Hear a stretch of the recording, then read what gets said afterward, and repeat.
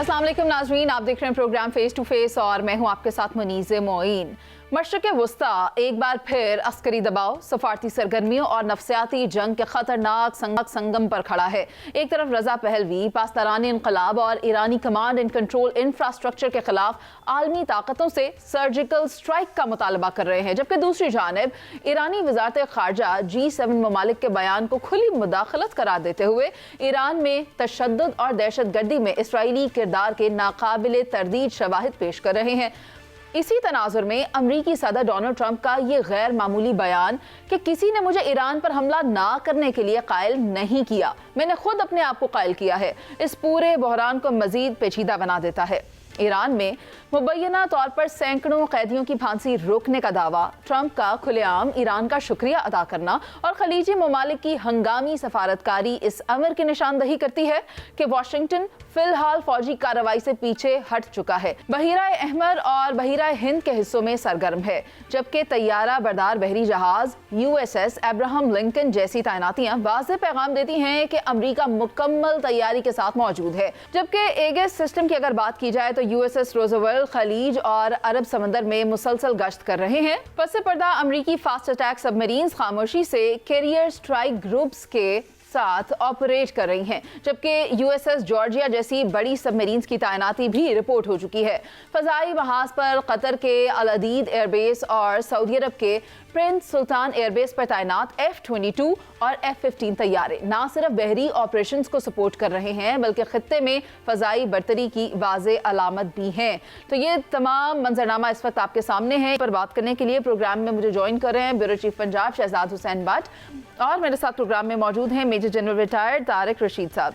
तो सबसे पहले मैं गुफ्तगू का आगाज़ तारिक साहब आपसे करना चाहूँगी। सूरत हाल वाज़े है, अब जहाँ बात हो रही है सर्जिकल स्ट्राइक की, कहा जा रहा है कि रजा पहलवी सर्जिकल स्ट्राइक चाहते हैं ईरान के अंदर, ऐसे में आपको क्या लगता है अमेरिका की तैयारियां आप भी देख रहे हैं, अब्राहम लिंकन 72 वो भी रास्ते में ही हैं और वो भी पहुंच जाएगा अपनी लोकेशन पर जहां से ईरान को बासानी वो हदफ बनाने की सलाहियत रखता है।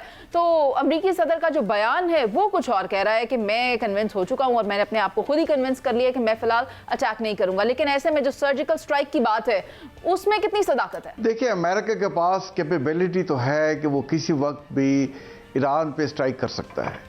जैसे आपने इब्राहिम लिंकन का जिक्र किया, ये सुपर कैरियर ग्रुप है और ये साउथ चाइना सी में ऑपरेट कर रहा था और वहाँ वो चाइना को थोड़ा सा अंडरमाइन करने की या प्रेशर डालने की कोशिश कर रहे थे। पर जैसे हालात शेप अप हो रहे हैं, उन्होंने वहाँ से इब्राहिम लिंकन को ऑर्डर दिया है कि आप पर्शियन गल्फ पहुँचें। उसके पहुँचने में भी 5 से 6 दिन कम से कम लगेंगे जी। जहाँ तक ईरान का देखिए तल्लुक है, चंद चीज़ें बड़ी क्लियर है कि जो ईरान में ये हंगामे हुए, एक तो उसमें माशी जैसे हालत है ईरान की इस वक्त, इन्फ्लेशन 48% है और जो उनका करेंसी है रियाल, ईरानी रियाल, देखिए वो 1.4 मिलियन ईरानी रियाल का $1 है। और जब ये रेवोल्यूशन आया, रेवोल्यूशन से पहले जब शाह की हुकूमत थी तो वो 70 ईरानी रियाल का $1 था और जब रेवोल्यूशन के बाद 79-80 में ये 70 से 78 रियाल हो गया और जब JCPO से निकला ईरान और ट्रंप ने उसको ख़त्म किया तो उस वक्त 32,000 रियाल ईरानी रियाल का $1 था और आज 1.4 मिलियन है। ईरान ने बहुत ज़्यादा करेंसी प्रिंट की और अब उसका खुमियाजा वो भुगत रहे हैं। और दूसरा आप ये देखें कि ईरान ने पिछले 6-7 महीनों में जो उनके 12 दिन की जंग हुई, काफ़ी सारे अपने मिसाइलों को रिप्लेस कर लिया है और ये खबरें भी हैं कि उन्होंने वो चाइना से और रशिया से Su-30 जहाज़ ले रहे थे, चाइना से HQ-9 एयर डिफेंस सिस्टम ले रहे थे। अब वो एग्जैक्ट पता नहीं है कि सिस्टम आ गया है, वहाँ भी इक्विपमेंट पहुँच चुका है कि नहीं। और ईरान ने बड़ा क्लियर कहा है कि अगर जंग हुई तो हम इजराइल को भी स्ट्राइक करेंगे और जहाँ जहाँ अमेरिकन बेसिस है उनको हम स्ट्राइक करेंगे। तो इजराइल देखिए इतना दबाव में इस वक्त है कि उनको बयान देना पड़ा कि जी हम ईरान पे स्ट्राइक करने में पहल नहीं करेंगे। तो अब जो ट्रंप साहब ने बयान दिया है, उन्हें इस चीज़ का पता है कि मेरे पर्शियन गल्फ में 55,000 के करीब फौजी मौजूद हैं और वो भी वल्नरेबल हो जाते हैं। देखिए स्टेट ऑफ हुर्मुज़ जो अगर उसमें कोई इस किस्म की मिलिट्री एक्शन होता है तो दुनिया का 27 से 30% ऑयल वहाँ से रोज़ गुजरता है। वो डिस्टर्ब होगा, पूरा रीजन डिस्टेबलाइज होगा और हो सकता है ये बात खित्ते से भी बढ़ जाए। तो अमेरिका के इस्तेमाल देखा जाए ईरान की स्ट्रेंथ को, तो आपको लगता है कि ईरान अकेले मुकाबला कर सकता है अमेरिका का? और अगर ऐसा हो जाता है जैसा कि देखा जा रहा है, कहा जा रहा है, सुना जा रहा है कि अमेरिका अटैक कर सकता है, तो फिर ईरान का साथ कौन देगा? आप देखें रूसी सदर ने भी राब्ता किया है ईरान से। कौन खड़ा होगा ईरान के साथ? देखिए ईरान के साथ जो है रशिया खड़ा हुआ है, ईरान के साथ चाइना खड़ा हुआ है, हम भी ईरान के साथ खड़े हुए हैं। पाकिस्तान की जो है हमारा जो स्टांस है, फॉरेन पॉलिसी ने बयान दिया है, हम नहीं चाहते कि किसी किस्म की जारियत किसी इंडिपेंडेंट मुल्क में की जाए। हम जो इस वक्त मौजूदा हुकूमत है ईरान की, हम उसके साथ हैं।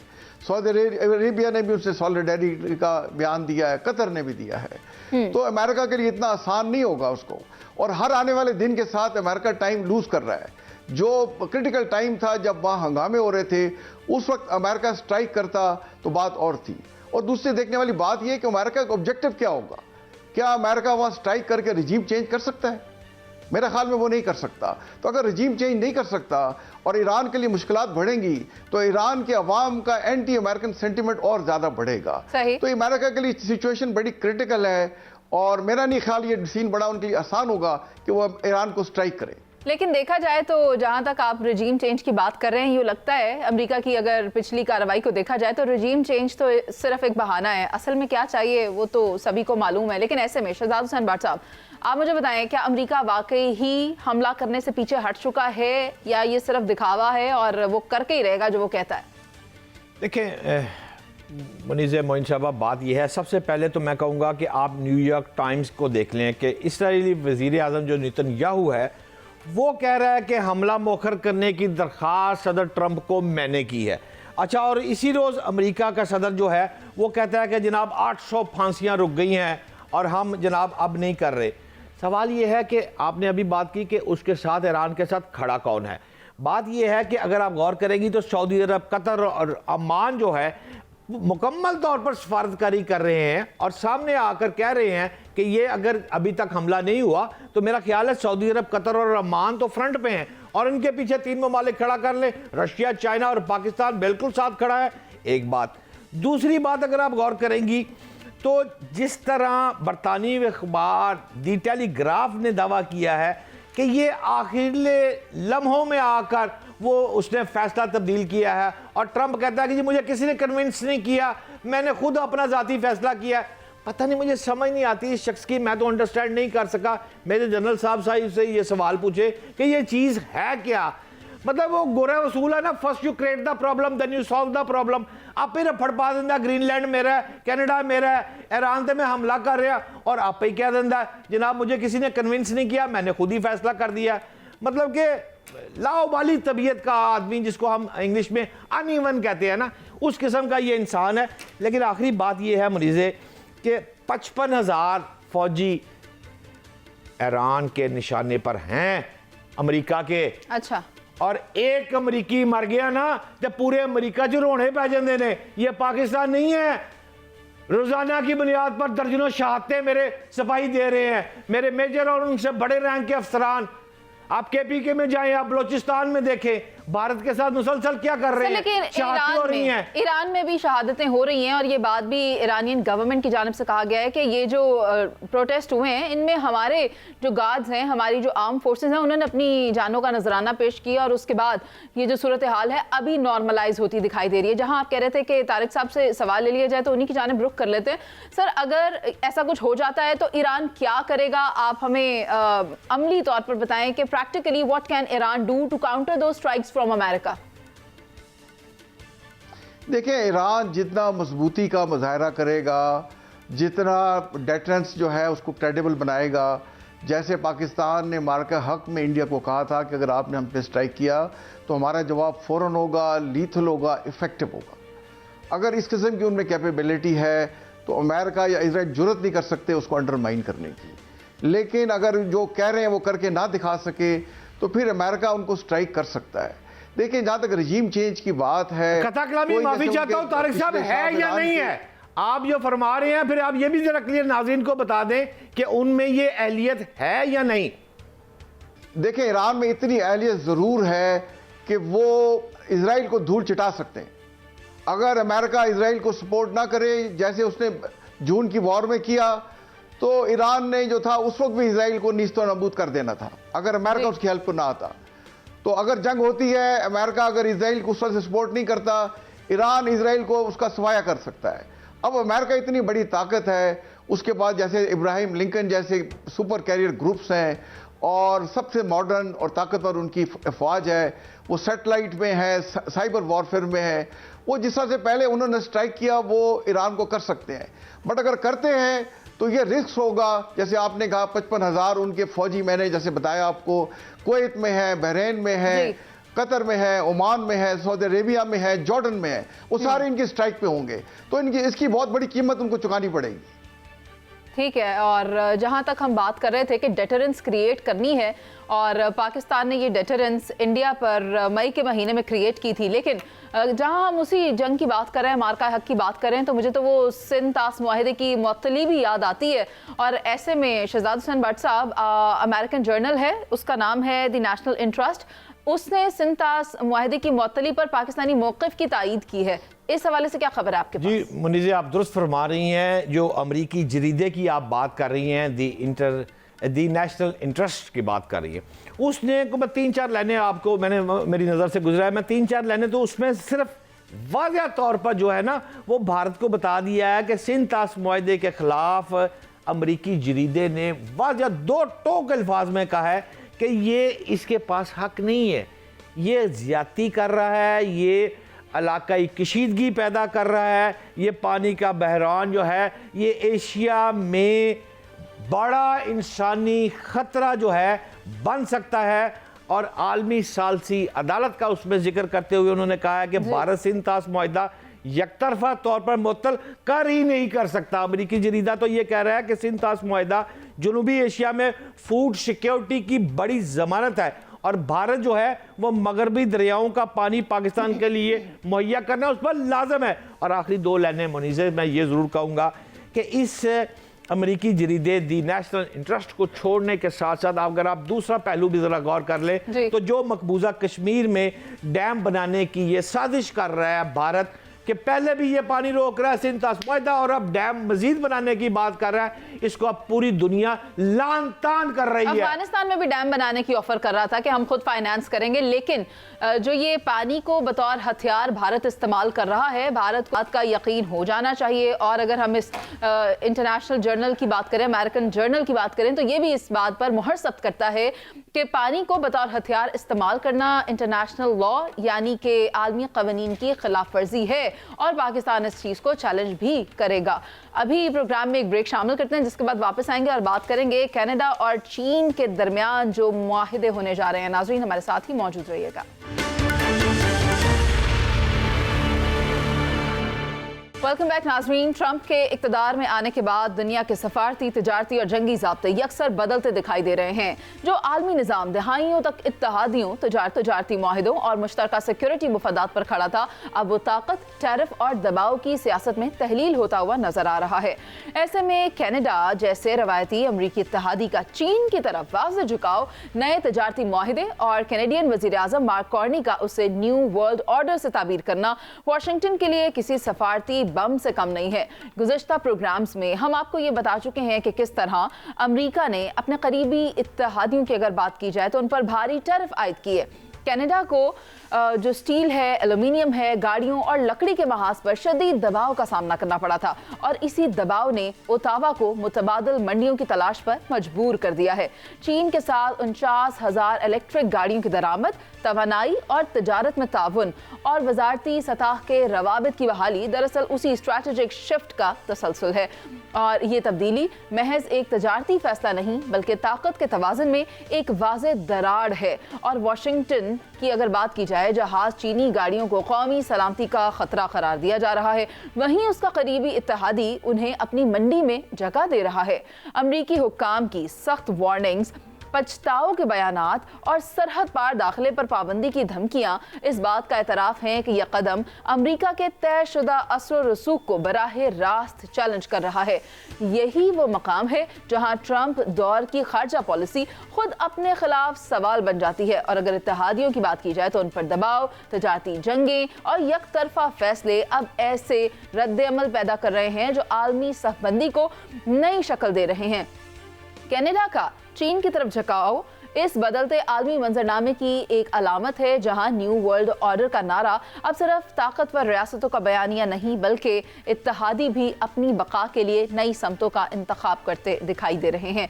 ये तमाम तर सूरत हाल सामने है। इस पर तफसीली तौर पर बात करने के लिए मुझे प्रोग्राम में ज्वाइन किया है माहिर मईशत हारून शरीफ साहब हमारे साथ मौजूद हैं और major general retired Tariq Rashid साहब हमारे साथ ही हैं। लेकिन मैं चाहती हूँ कि हारून शरीफ साहब आपकी इस पर माहिराना राय ली जाए। आप देखें कि being the neighbouring country of US और अमेरिका ने कितना टफ टाइम कनाडा को दिया वो हम सब ने देखा। लेकिन अब जो हम डेवलपमेंट देख रहे हैं कि रुख किया गया चीन का, मगर अब जो स्टेटमेंट सामने आ रही है, आपको लगता है कि ये एक माशी या फिर स्ट्रैटेजिक एतबार से बड़ा चैलेंज हो सकता है अमेरिका के लिए, कनाडा का टिल्ट करना चाइना के टुवर्ड्स? जी बहुत शुक्रिया।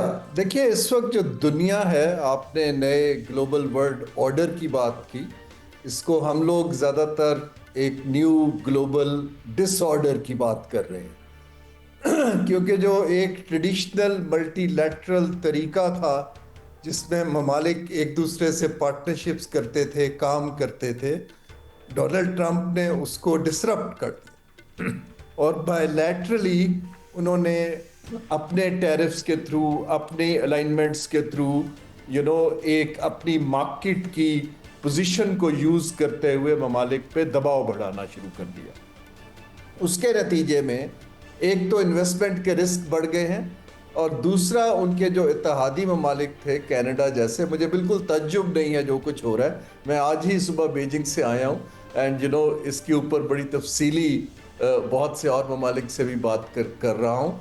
देखिए इस वक्त जो सूरत हाल ये है कि ममालिक के पास दुनिया में कोई चारा नहीं है कि वो अस एंड देम की बजाय अपने ट्रेडिंग पार्टनर को, इकोनॉमिक अलायंसेस को, स्ट्रेटेजिक अलायंसेस को डाइवर्सिफाई करें, क्योंकि अब किसी एक के साथ चलना मुश्किल दिखाई देता है, ख़ास तौर पे अमेरिकन के साथ। तो ये जो कनाडा का मार्क कार्नी ने किया है, बिल्कुल ये रैशनल चॉइस है।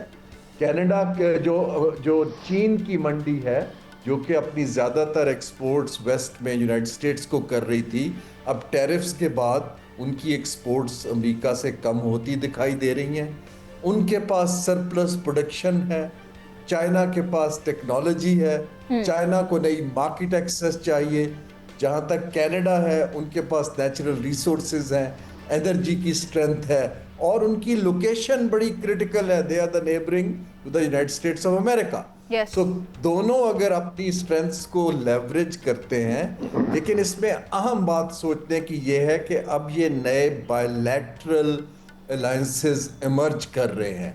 जो मैं देख रहा हूँ अब चीन के साथ, चीन इस वक्त बायलैटरल से 3 या 4 ममालिक की अलायंसेस की तरफ भी देख रहा है और यहाँ पर पाकिस्तान एक रोल प्ले कर सकता है, क्योंकि कनाडा और चीन की प्रॉक्सिमिटी का डिस्टेंस ज़्यादा है।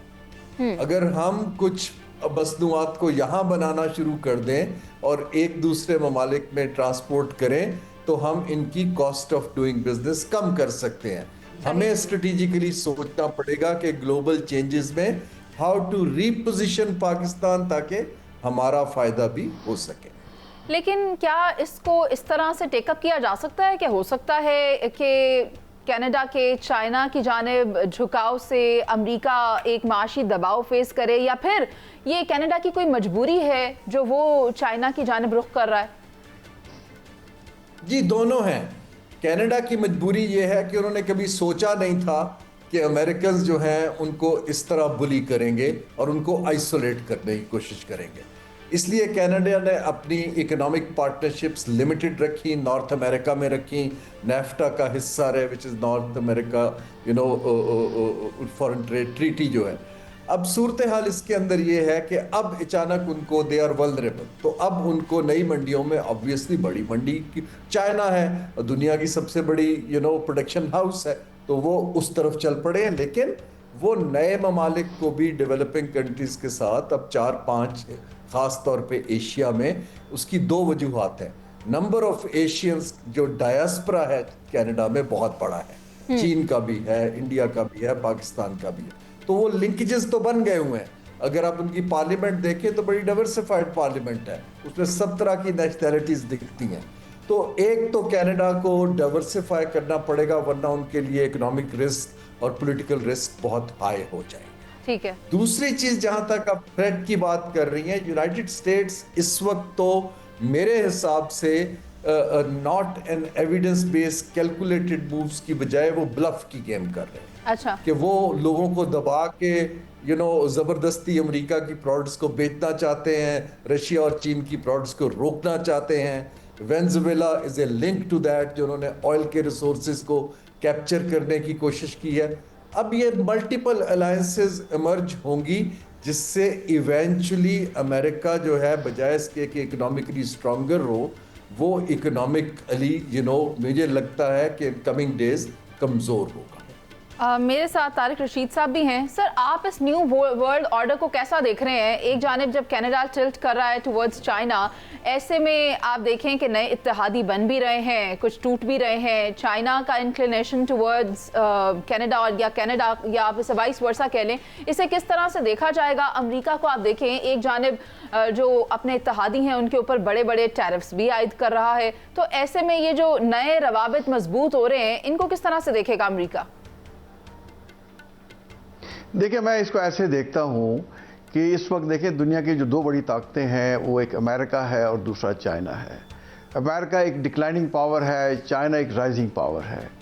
China belt and road initiative के तहत मुल्कों से कनेक्ट कर रहा है और वो उनके साथ मिल के ट्रेड को बढ़ाना चाहता है, कनेक्टिविटी को बढ़ाना चाहता है और लोगों को पॉवर्टी से निकालना चाहता है, और वो कॉमन ऑब्जेक्टिव के तहत चलता है। दूसरी तरफ अमेरिका है, सबसे बड़ी ताकत, सेकेंड वर्ल्ड वॉर के बाद एक सबसे बड़ी ताकत थी, और एक वर्ल्ड ऑर्डर आया जिसमें के बड़े इंस्टीट्यूशन बने, IMF, वर्ल्ड बैंक, नेटो।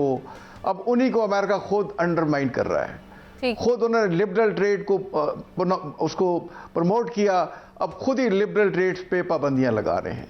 अब कनाडा जैसा मुल्क जिसकी जो हर रोज का जो बायलैटरल ट्रेड है अमेरिका के साथ 3 से 4 अरब डॉलर का है, और उसी को वो कह रहा है कि आप हमारे साथ 51st स्टेट बन जाएं। भाई, उसकी इकॉनमी अच्छी खासी बड़ी इकॉनमी है, और 5 बड़े तेल के जो ज़खायर हैं कनाडा में मौजूद, उस ममालिक में वो आता है। आप उसको कैसे अंडरमाइन कर सकते हैं? सही। और जैसे चाइना में वहाँ पे चीज़ें बन रही हैं, डिज़ाइन दुनिया में होती हैं, मैन्युफैक्चरिंग चाइना में होती है।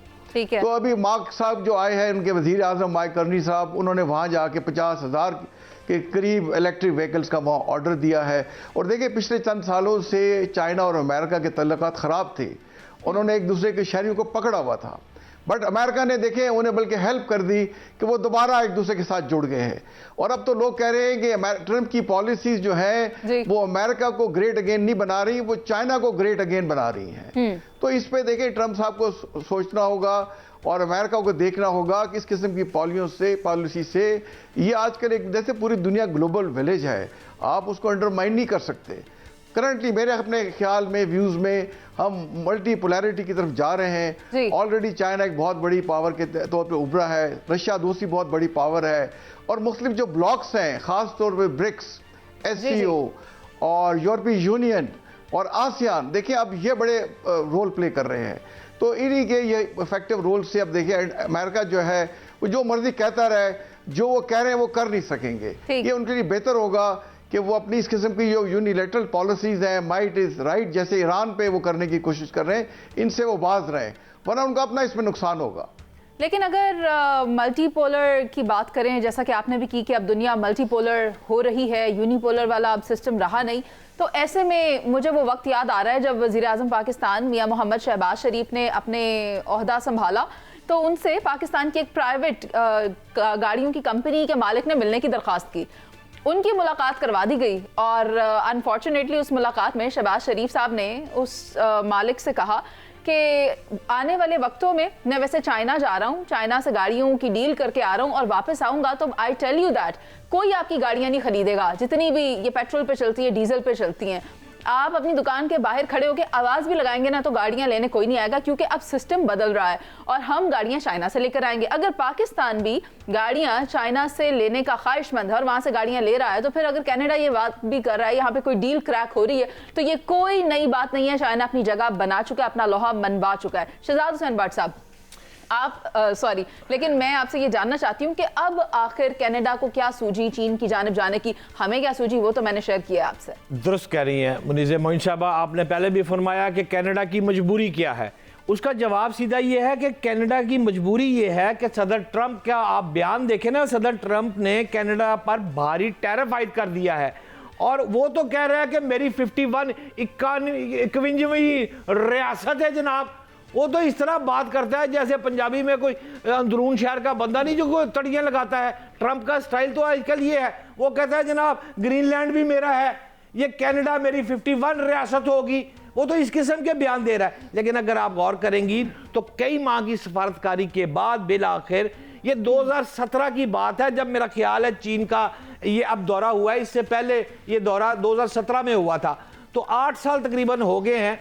अब ये असल कहानी ये है कि बे सफारतकारी के बाद अब ये जो दौरा हुआ है मार्क कार्नी का चाइना के साथ, शी जिनपिंग के साथ, इस दौरे में जो कनाडा के वजीर आज़म है उन्होंने एक फिक्रा जो कहा है वो करोड़ रुपए का फिक्रा है। उसने कहा है कि दुनिया में न्यू वर्ल्ड ऑर्डर जन्म ले रहा है। अब यहाँ से अगर ये जन्म ले रहा है तो फिर आपको गौर करना पड़ेगा कि फिर अमेरिका चाह क्या रहा है, कनाडा चाह क्या रहा है। सरकारी जो दादा शुमार है उसके मुताबिक तो 2024 में अमेरिका ने कनाडा की तकरीबन 75% बरामदात जो वो खरीदी, जबकि चाइना जो था वो तो बहुत नीचे था, गो के सेकंड था, लेकिन सिर्फ 4% थी। अब जब आया है चाइना, अब प्राइम मिनिस्टर कनाडा का चाइना का दौरा हुआ, तो जो आप फरमा रही थी पहले कि 49,000 चीनी इलेक्ट्रिक गाड़ियों की बात है, वो बिल्कुल दुरुस्त बात है। वो जगह अब मार्केट चाइना देगा 49,000 चीनी इलेक्ट्रिक गाड़ियां और 15% तक कैनोला जो है वो देगा फिर उधर से।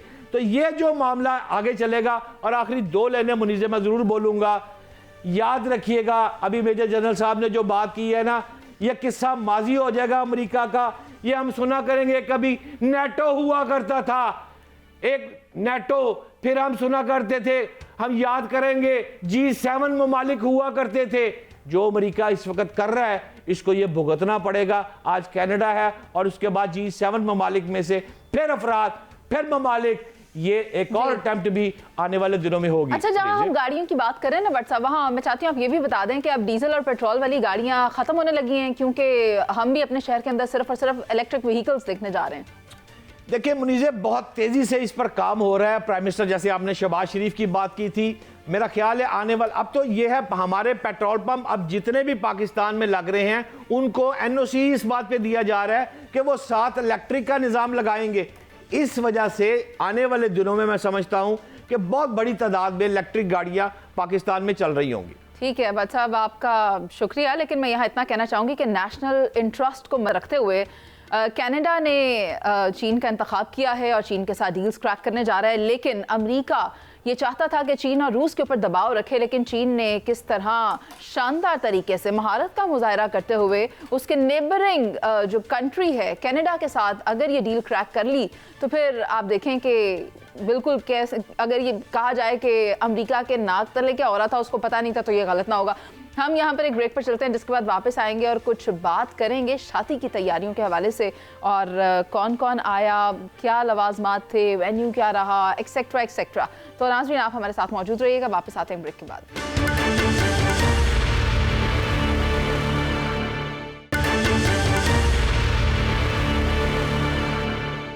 वेलकम बैक नाजरीन। साबिक वज़ीर आज़म मियाँ मोहम्मद नवाज शरीफ के नवासे और वज़ीर आला पंजाब मरियम नवाज शरीफ के बेटे जुनैद सफ्दर की शादी की तकरीबात आजकल बहुत ज़्यादा डिस्कस हो रही हैं, क्योंकि आज भी शादी की तकरीब थी। और जहाँ तक मैं जुनैद सफ्दर को फॉलो अगर इंस्टाग्राम पर कर रही हूँ, तो उन्होंने शादी के हवाले से एक पोस्ट लगाई है, और वो पोस्ट कुछ इस तरह से है कि कभी कभार ऐसा होता है, कभी कभार ख्वाब हकीकत बन जाते हैं और ज़िंदगी का पूरा नक्शा बदल जाता है। यानी कि वो अपनी इस शादी के जो मूवमेंट्स हैं उनको कह रहे हैं कि इसने मेरी ज़िंदगी का रुख बदल दिया है। शायद वो पहले वाले इंसिडेंट से कुछ ज़्यादा मायूस हैं जो उन्होंने ये वाली तहरीर लिखी है, लेकिन इन डेप्थ क्या है एनालिसिस शहजाद हुसैन भट्ट साहब हमारे साथ मौजूद हैं। आज जो बारह इवेंट था वो दोपहर में हुआ एक प्राइवेट हाउसिंग सोसाइटी में, जहां काफ़ी जो सियासी कायदीन हैं नून लीग के वो भी दिखाई दिए। तो भट्ट साहब, अगर हम कल की तकरीब की तस्वीर देखें तो सबसे पहले तो आप मुझे ये बताएं ना, सबसे ज़्यादा खूबसूरत कौन लग रहा था? मरियम नवाज शरीफ जो दुल्हन है वो, या फिर मरियम औरंगजेब? मैं तो कंफ्यूज हो गई, मुझसे ये फैसला नहीं हो सका। चलें आपकी राय ले लेते हैं इस पर। देखें, खूबसूरत कपड़े पहने थे मरियम औरंगजेब, सीनियर सूबाई वज़ीर है पंजाब की, माशाल्लाह बहुत खूबसूरत लग रही थी। लेकिन अगर मुकाबले की अगर अब बात करें तो शेरनियाँ दो ही थी, एक तो लाड़ी थी और दूसरी मरियम नवाज साहिबा जो माशाल्लाह बहुत खूबसूरत थी। सासू माँ? जी, नानी अम्मा। अच्छा, और जुनैद सफ्तर और जो उनकी ब्राइड हैं उनके हवाले से तो आपने हमारे साथ कल खबर शेयर की थी कि ड्रेस डिज़ाइनर कौन है, लेकिन मरियम नवाज के ड्रेस के एतबार से आपने नहीं बताया था कि उन्होंने ये जो जोड़ा है पीले रंग का, ये कहाँ से ख़रीदा या ये बनवाया था या जो भी इसकी तफसीलात हैं वो आप बताना पसंद करें। वो बड़ा मुश्किल सा अंग्रेजी का नाम मैंने आपको बताया नोमी था, अंसारी। नोमी अंसारी जरा मुश्किल सा नाम है। और जहाँ तक हम एक्सेसरीज की बात करें तो ख़वातीन बहुत ज़्यादा कॉन्शियस होती हैं कि शादी वाले दिन जोड़े के साथ क्या पहनना है, खुस्सा पहनना है और हील्स पहनने हैं, हाथ में कौन सा बैग कैरी करना है। उसके अलावा जो ज्वेलरी होती है, ज्वेलरी से याद आया, जो शानजे है उसकी ज्वेलरी काफ़ी हैवी लग रही है, जो कि अब मैंने उमूमी तौर पर ब्राइड्स को पहने नहीं देखा। बट साहब, इसके बारे में क्या खबर है आपके पास? ये कहाँ से तैयार करवाई गई है? देखें, उसकी जो ज्वेलरी है रुहेल असगर साहब की फैमिली ने बनवाई है, लाखों रुपए मालियत की आप कह सकते हैं। लेकिन इस बच्ची ने जब पहनी है तो उसकी मालियत मेरा ख्याल है करोड़ों से भी ऊपर चली गई है, क्योंकि उसको जच रही है, बहुत खूबसूरत है। और लाड़ा और लाड़ी मेरा ख्याल है पाकिस्तान का एक अच्छा खूबसूरत जोड़ा, मुझे कोई शक नहीं अगर कहा जाए कि वाकई यार सुभान अल्लाह बहुत खूबसूरत जोड़ा। और जो ब्राइड है वो हमें रवायती येलो कलर के ड्रेस में नहीं दिखाई दी, ये चीज़ भी देखी गई।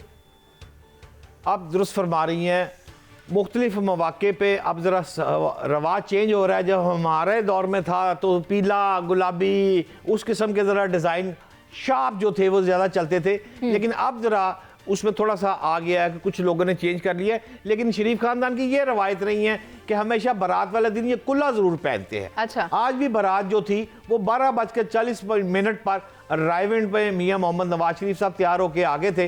भाई किसी ने चलना था चलो, नहीं चलना था मैं चल लिया। नहीं, शहबाज शरीफ साथ थे, मरियम नवाज भी उनके हमरा थी। और मैं एक सवाल है, मुझे रुहेल असगर साहब कहीं तस्वीर में नजर नहीं आ रहे, वो किधर हैं? नहीं, रुहेल असगर तो पिंड का चौधरी है, ऐसे ना करें। रुहेल असगर साहब तो मौजूद हैं और उनकी ही सारा कुछ है। ये देखें ना, ये आपके सामने तस्वीरें, आपके पास मर्जी की तस्वीरें आई हैं। तो डार साहब के बेटे थे ना तस्वीर में? हाँ जी, जो पिछली तस्वीर आपने दिखाई है वो अली डार साहब थे। ये मरियम नवाज साहबा की जो छोटी बहन है इस्मा नवाज, उसके ये हस्बैंड है अली डार, इसहाक डार साहब के बेटे हैं ये वो थे। अच्छा, और खाने की बहुत ज़्यादा डिस्कशंस की जा रही हैं। वो जो वन डिश के हवाले से कल आपने खबर दी थी हमें, वो तो बिल्कुल दुरुस्त निकली, लेकिन आज का मेन्यू कैसा रहा भट्ट साहब? देखें, आज भी सख्ती उसी तरह से बरकरार रही। वन डिश पार्टी रात को भी थी, आज दोपहर भी। ये जो HSY की आप तस्वीर दिखा रहे हैं, मैं कहूँगा प्रोड्यूसर साहब इसको ज़रा रोकें। ये क्या आपने तस्वीर दिखाई है, आप लूप में नहीं दिखा रहे हैं, तस्वीरें तेज चला रहे हैं। क्या HSY अच्छा नहीं लग रहा क्या? ये देखें HSY, ये है वो शख्स जिसने इस बच्चे की शेरवानी जुनैद सफदर साहब की तैयार की है।